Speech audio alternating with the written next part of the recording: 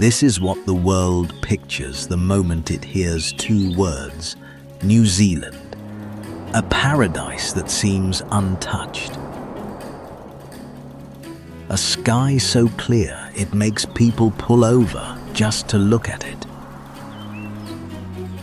But at that same moment, in another airport not far from those bays, a goodbye is happening. One of hundreds that happen every single day. Nearly 128,000 people left this country in just 12 months. Most of them between 30 and 49 years old, more educated than the national average. These aren't people who failed and gave up.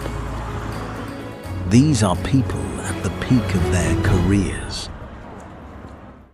If this is really paradise, why are the very people born here the ones walking away from it? The answer is scattered across the next 12 months. In a sunrise so silent, an entire nation stands still for it. In the scream of someone jumping off a bridge for the first time. In a waiting room packed with patients. And in the reason that, on some ordinary day, makes one person board that flight. But first, let's start at the height of summer. When the whole country cares about exactly one thing: soaking up the sun. January in New Zealand doesn't feel like January anywhere else. This is the peak of summer, and the entire country seems to agree on one thing: do nothing except enjoy it. There's a phrase you'll hear over and over here, in every situation, big or small. She'll be right. It'll be fine. Car breaks down halfway through the trip. She'll be right. Rain suddenly rolls in over a barbecue. She'll be right. It's not just a saying. It's a way of looking at life. Don't take everything so seriously, because most things, in the end, work themselves out. There's a kind of happiness that doesn't come from things being perfect. It comes from nobody needing them to be. If you asked a Kiwi what really defines their way of life, chances are the answer wouldn't be a landmark or a dish. It would be this exact attitude, easygoing, unhurried, and always trusting that things will turn out fine. But being easygoing doesn't mean the Kiwis take their identity lightly. There's one day a year they take more seriously than any other. February 6th, Waitangi. This isn't a festival staged for tourists. This is the country's most important national day. Nearly 200 years ago, right here, representatives of the British Crown and Māori chiefs sat down and signed a document, the Treaty of Waitangi, the founding document of an entire nation. Not every country has two official languages spoken side by side at its most important ceremony of the year. Here, that's simply normal. And here's what's remarkable. Te Reo Māori, a language once banned in the very schools of this country, is now experiencing a powerful revival. It's on the weather forecast, on street signs, in the names of government agencies. And in this classroom, children of every background are learning it, simply because it's part of what it means to grow up in New Zealand. For this family, Waitangi Day isn't a cultural performance. It's part of their life, repeated every year, the way any family occasion would be.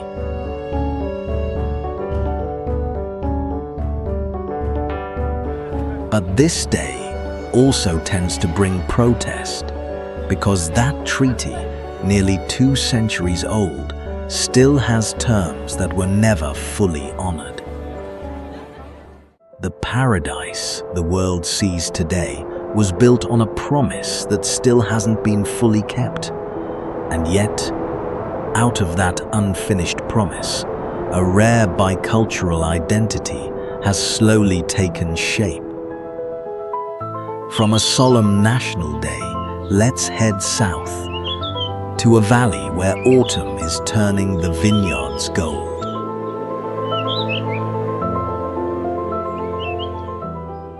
While most of the world thinks of New Zealand as mountains and beaches, there's another corner of this country quietly building a name for itself in a very different way.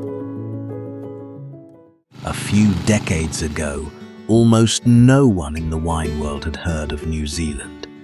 Today, Marlborough's Sauvignon Blanc is considered a global benchmark. This is a second-generation winemaker. His parents once experimented on land that almost no one believed could produce anything worthwhile. Sometimes what puts a small country on the world map isn't anything flashy. It's the patience of a few families willing to try on land everyone else had given up on.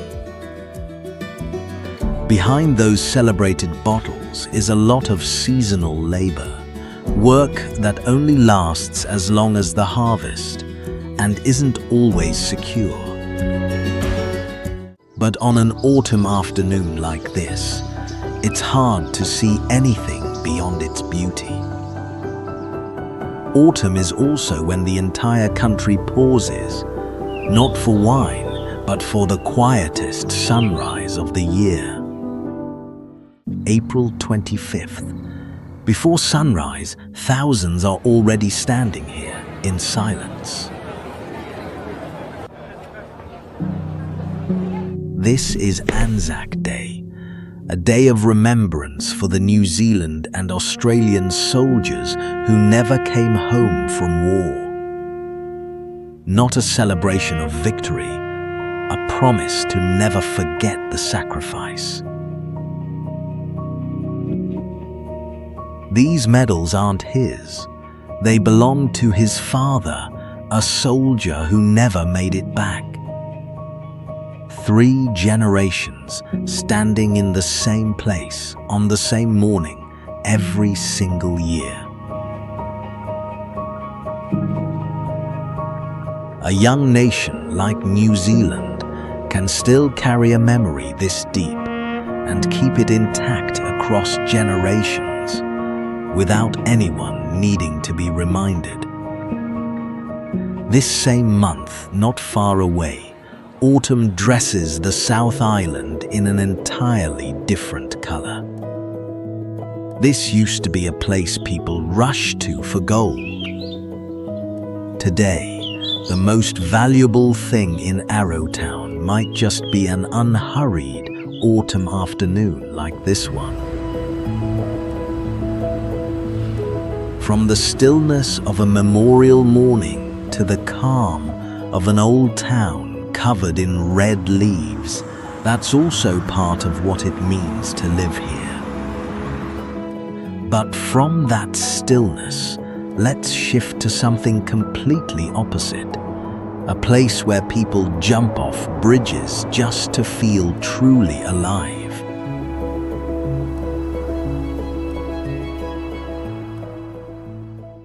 Right on this bridge, back in 1988, a man named A.J. Hackett jumped and accidentally created an entire modern extreme sport, bungee jumping.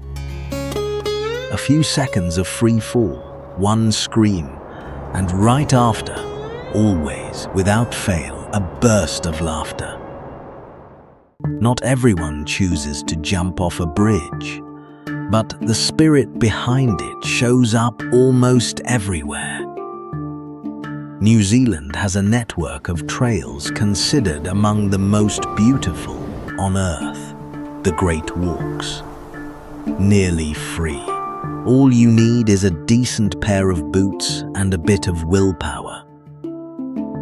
You could call this New Zealand's version of what Norwegians call friluftsliv, a love of the outdoors.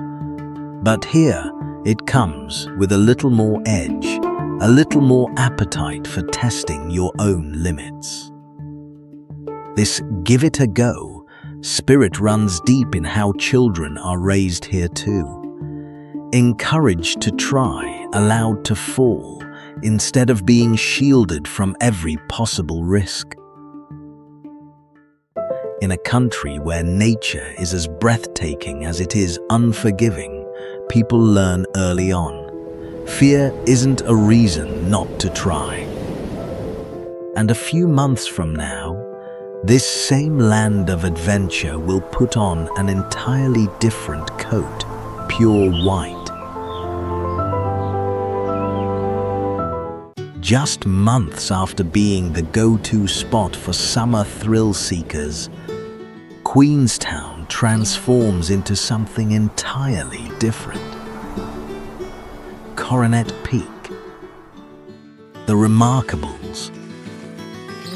This is one of the most beloved ski destinations in the Southern Hemisphere, drawing visitors from around the world every winter. By day, it's all snow and speed.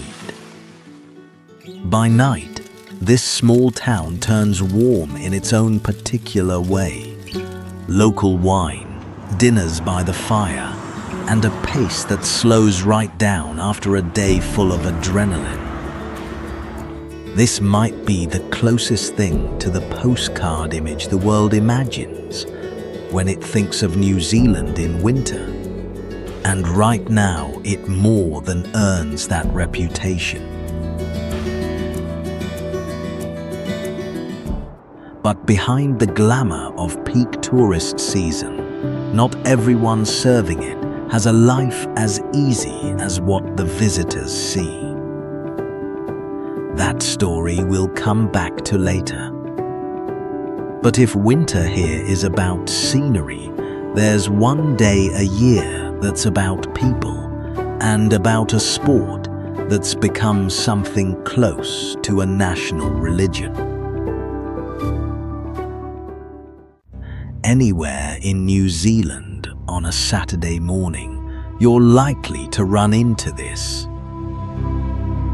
The Haka, a war dance rooted in Māori culture, known around the world through the All Blacks, performed before every international match.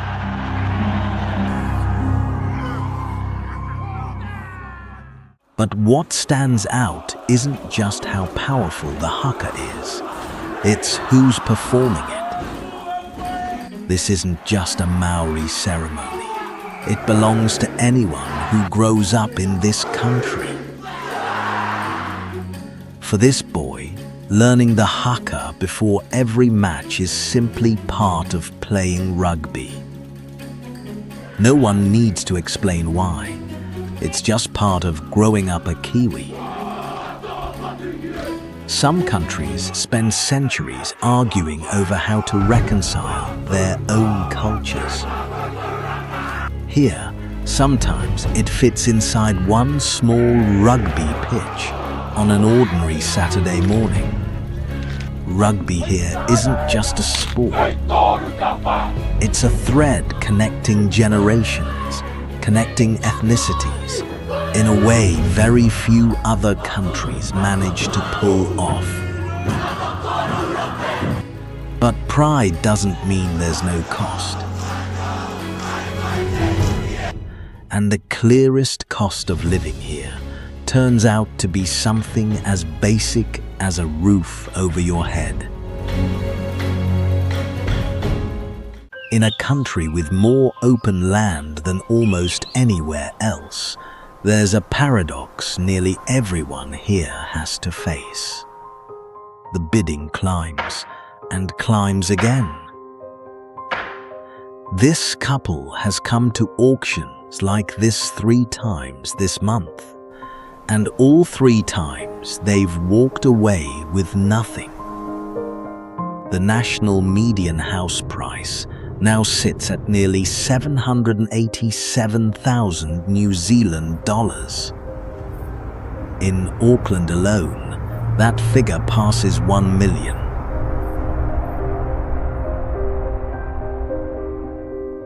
And when you compare the house price to income ratio, New Zealand ranks among the highest in the entire OECD. For a couple earning an average income, buying a home in a major city is close to impossible, unless there's significant help from family. This isn't just this couple's story. It's a calculation hundreds of thousands of people here are running every single day between wanting a home of their own and a market with no room left for most of them.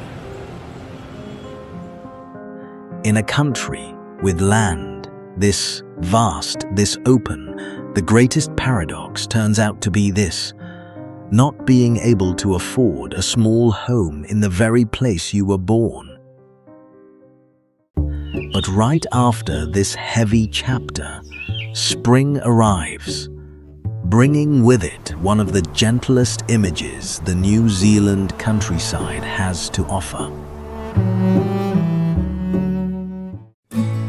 September, spring begins, and across New Zealand's rural landscapes, another important season begins with it. Lambing season. It's one of the oldest images tied to New Zealand, older even than the turquoise bays or snow-capped mountains that became its tourism symbols.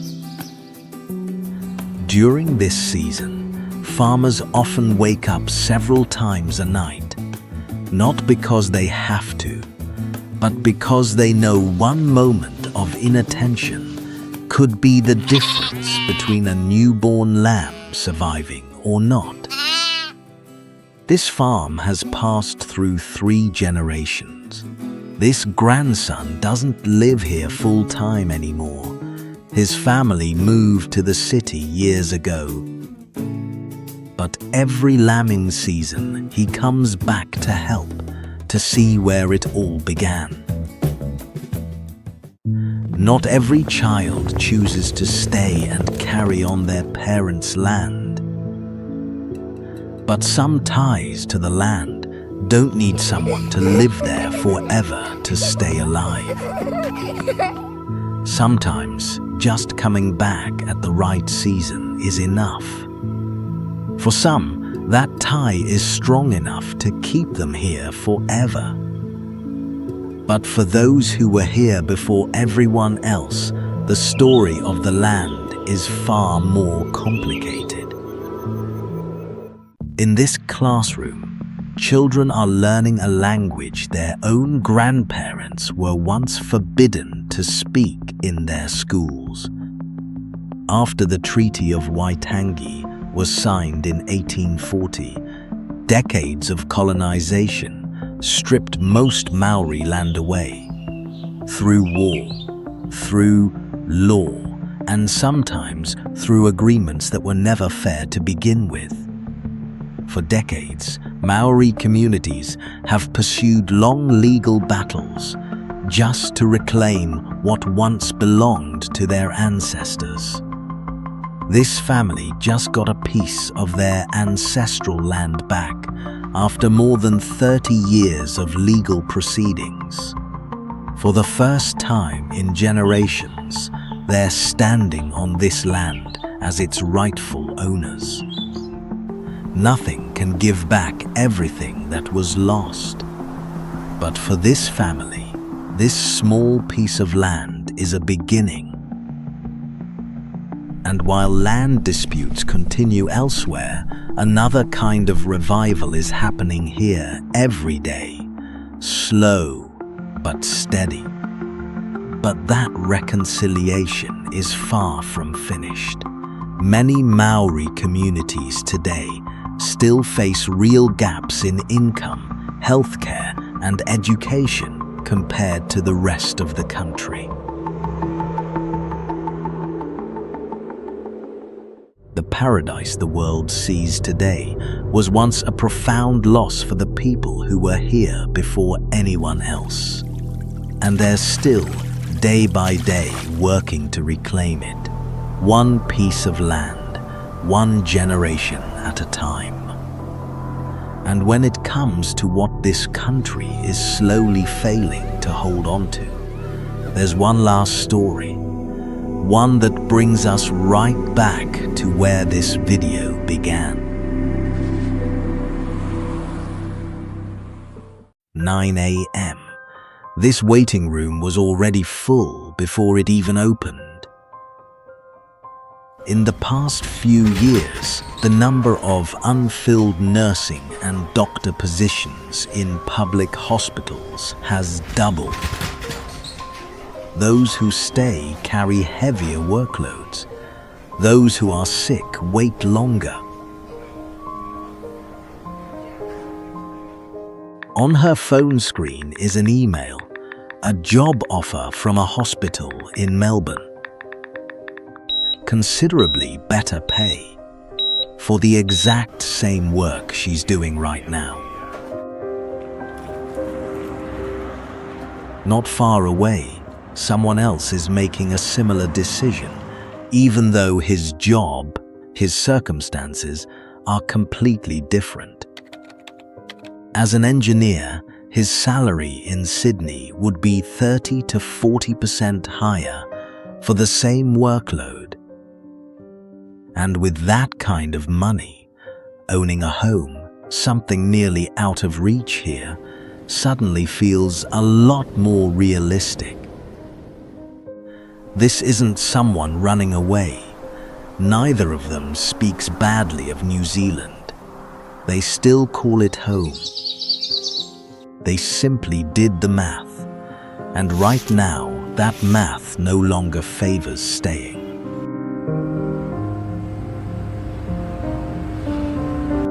128,000 people a year, not one isolated story. The same math run again and again by hundreds of thousands of different people in every corner of this country.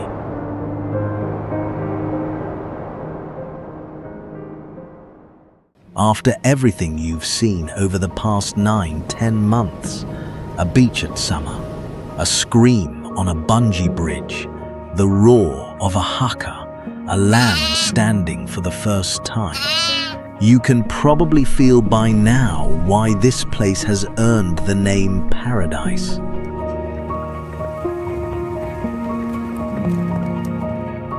But that's exactly why this moment carries real weight.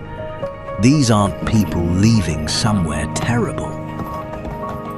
They're people leaving somewhere they love, simply because they can no longer keep living there with what they currently have. But when one person leaves, a space is left behind. And here's the interesting part. That space never stays empty for long.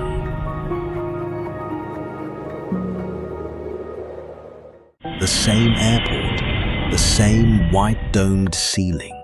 But on the other side of this building, a different door is opening. This family just landed.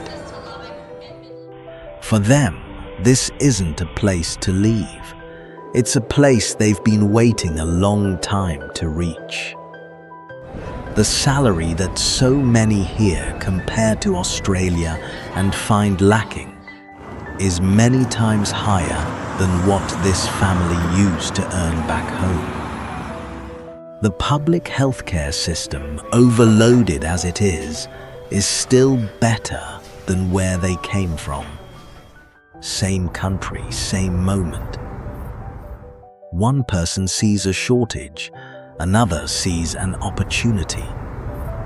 Paradise isn't a fixed idea. It's always measured against wherever you came from. New Zealand isn't a lie.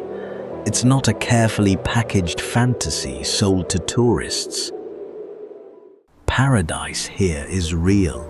It's just not fixed for everyone in the same way.